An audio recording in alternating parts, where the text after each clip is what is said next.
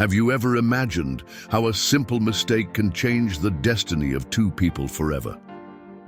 The story you're going to hear today is about a misunderstanding that turned into the most romantic encounter of their lives. If you believe that love can begin in the most unexpected moments, this narrative will warm your hearts. Subscribe to the channel so you don't miss stories like this one. Maya Rodriguez was running through the torrential rain in New York, her soaked shoes making noise in the sidewalk puddles. At 23 years old, she worked 3 different jobs to pay the bills and help support her family. That night, she was returning from her 3rd shift as a waitress when the storm caught her by surprise. She had missed the last bus and didn't have enough money for a taxi home. With her phone dead and the rain getting stronger, Maya was desperate when she saw a black car parked on the corner with its light on. Maya ran to the car and opened the back door without hesitation. "Thank you for stopping," she said, throwing herself onto the leather seat and closing the door. "Please, can you take me to the Bronx? I know it's far, but I can pay." From the driver's seat, a surprised male voice responded, "Sorry, I think there's been a misunderstanding." Maya looked around and her stomach sank. The car's interior was too luxurious to be a regular taxi. Impeccable leather seats, dashboard with cutting-edge technology, and an expensive aroma she had never smelled before. "Oh my God," she murmured, looking at the man in the front seat through the rear-view mirror. "This isn't a taxi, is it?" "Definitely not," the man replied, but there was amusement in his voice, not irritation. Imagine the shame Maya must have felt in this moment. The man turned to get a better look at her. It was Jonathan Hayes, 29 years old, heir to a hotel empire and one of the richest people in Manhattan. He was returning from a business meeting when he decided to stop to take an important call. When Maya invaded his Mercedes-Benz, Jonathan's first reaction should have been irritation. Instead, he was completely fascinated by the soaked young woman who was in his car. Even wet and clearly exhausted, Maya had a natural beauty that impressed him. But it wasn't just her appearance. It was the way she had sincerely apologized, the vulnerability in her eyes, and something in her presence that touched him deeply. "You're soaked," Jonathan observed, noticing that Maya was shivering. "And by the looks of it, you've had a tough day." "I've had several tough days," Maya admitted, trying not to let her financial situation show too much. "I'm sorry for getting into your car. I just thought that it was a taxi. I understand. The rain is terrible out there." Maya started to open the door. "I'll get out now. Again, thank you so much and sorry." "Wait," Jonathan said quickly. "Where do you need to go?" "Bronx," Maya answered hesitantly. "But don't worry, I'll take the bus." Jonathan looked out the window. The rain was falling like a waterfall, and there wasn't a bus in sight. "In this storm, you'll get sick." "I'll manage. It's not the first time." There was something in the way she said it that broke Jonathan's heart. He made an impulsive decision. "Let me take you home." Maya looked at him surprised. "I can't accept. You don't know me. I have no way to pay." "I'm not asking for payment. Just an act of kindness on a rainy night. But the Bronx is very far from here." "I have time," Jonathan lied. Actually, he had an important dinner in an hour, but something about Maya made nothing else seem important at that moment. Kindness can emerge in the most unexpected moments. During the trip to the Bronx, Jonathan and Maya began to talk.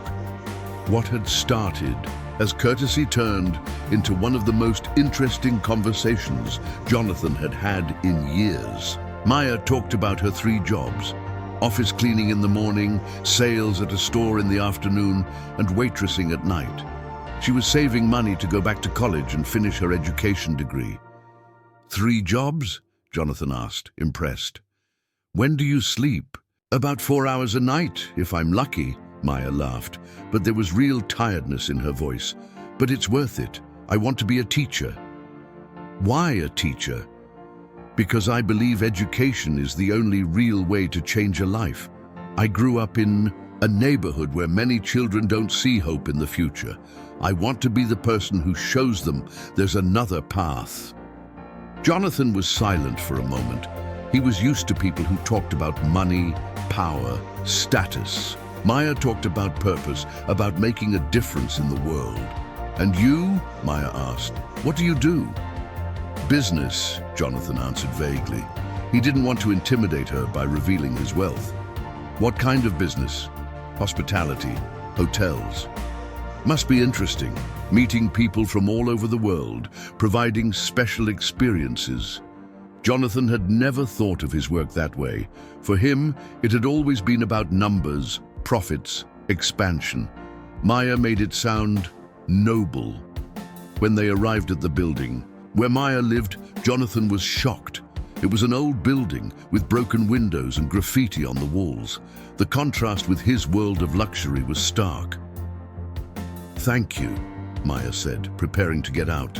You saved my night. Maya, Jonathan said impulsively, can I see you again? She looked at him surprised. Why? Because you're the most interesting person I've met in a long time. Maya hesitated. There was something in the way. Jonathan looked at her that made her feel special, but she also knew they came from completely different worlds. I don't know if it's a good idea, she said softly. Coffee tomorrow afternoon? I work tomorrow afternoon. Then in the morning before work, Maya smiled. You're persistent. When something is worth it, yes. The next day they met at a small, cozy cafe in Maya's neighborhood. Jonathan had dressed more casually, but still stood out in the simple environment. Are you sure you want to be here? Maya asked, noticing how he seemed out of place. This probably isn't the kind of place you frequent. Actually, it's been a refreshing experience, Jonathan replied honestly. It's been a while since I've been to a place so authentic.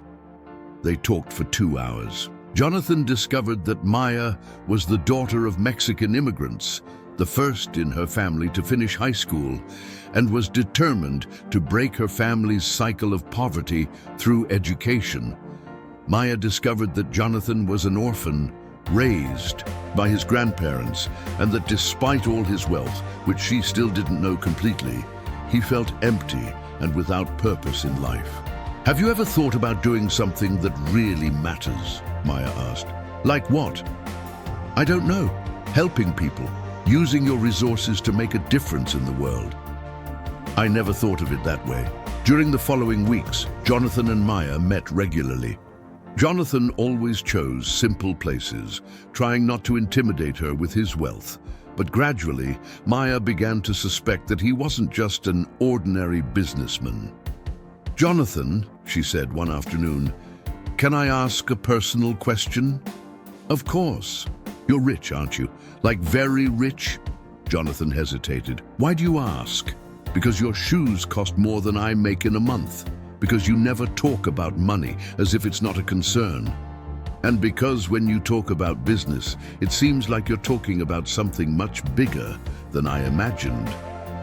The truth was about to come out. Jonathan decided to be honest. He took Maya to a place where they could have privacy and told her the whole truth about who he was. Hayes Hotels, Maya repeated when he finished explaining. You own Hayes Hotels. I inherited it from my grandparents, yes. Maya was silent for a long moment. Jonathan, do you realize we're from completely different worlds? I realize. And I don't care. But I care, Maya said, standing up. You have billions of dollars. I barely have enough to pay rent. Money means nothing if you don't have someone to share your life with. Easy to say when you have money, Maya replied. You don't understand what it's like to worry about every penny, work 3 jobs, see your family go without. You're right, Jonathan admitted. I don't understand, but I want to understand.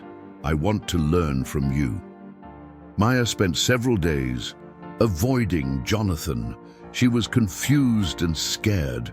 On one hand, she had developed real feelings for him. On the other, the social difference between them seemed insurmountable. Jonathan, meanwhile, was desperate.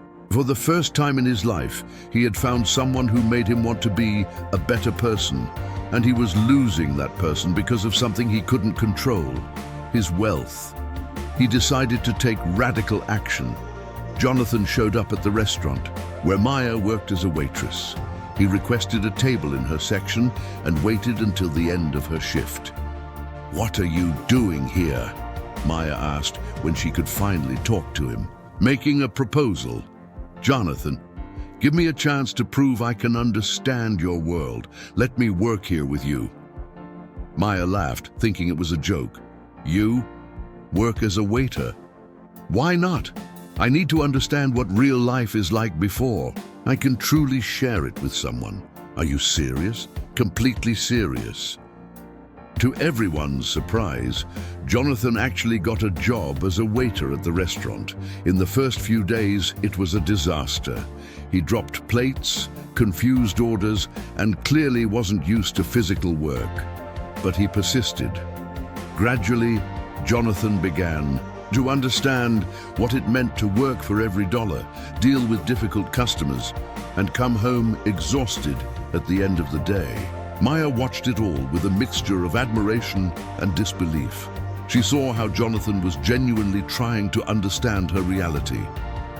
"Why are you doing this?" she asked one night, after they both finished their shift. "Because you made me realize I knew nothing about real life, and because I want to deserve you. Jonathan, you don't need to change who you are." "I'm not changing who I am. I'm discovering who I can be." As the weeks passed, something interesting happened. Jonathan not only learned about Maya's world, but began to apply that perspective to his business. He implemented scholarship programs in his hotels, created job opportunities for people from disadvantaged communities, and began to see his employees as people, not just numbers. Maya, in turn, began to see that Jonathan wasn't just a spoiled rich man. He was someone who had grown up without parents, who used work to fill an emotional void, and who was genuinely interested in making a difference in the world.